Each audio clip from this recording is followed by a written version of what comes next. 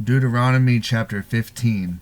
At the end of every 7 years thou shalt make a release, and this is the manner of the release. Every creditor that lendeth aught unto his neighbor shall release it. He shall not exact it of his neighbor or of his brother, because it is called the Lord's release. Of a foreigner thou mayest exact it again, but that which is thine with thy brother thine hand shall release, save when there shall be no poor among you. For the Lord shall greatly bless thee in the land which the Lord thy God giveth thee for an inheritance to possess it, only if thou carefully hearken unto the voice of the Lord thy God, to observe to do all these commandments which I command thee this day. For the Lord thy God blesseth thee as he promised thee, and thou shalt lend unto many nations, but thou shalt not borrow, and thou shalt reign over many nations, but they shall not reign over thee. If there be among you a poor man, one of thy brethren, within any of thy gates in thy land, which the Lord thy God giveth thee, thou shalt not harden thine heart, nor shut thine hand from thy poor brother. But thou shalt open thine hand wide unto him, and shalt surely lend him sufficient for his need, and that which he wanteth.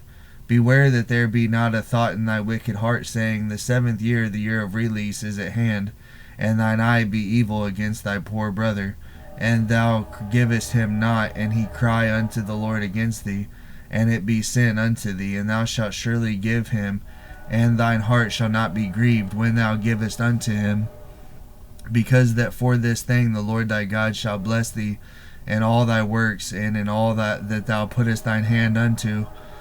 For the poor shall never cease out of the land. Therefore I command thee, saying, Thou shalt open thine hand wide unto thy brother, to thy poor and to thy needy in thy land. If thy brother an Hebrew man or an Hebrew woman be sold unto thee, and serve thee 6 years, then in the 7th year thou shalt let him go free from thee.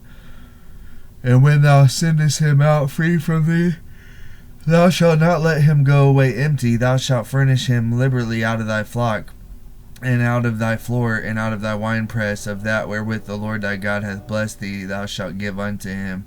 And thou shalt remember that thou wast a bondman in the land of Egypt, and the Lord thy God redeemed thee, before I command thee this thing to do today.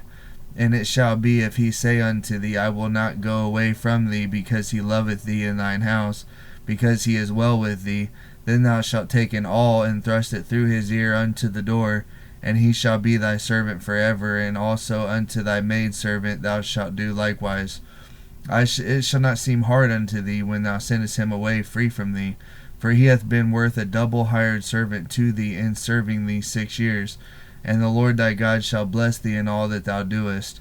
All the firstlings males that come of thy herd and of thy flock thou shalt sanctify unto the Lord thy God.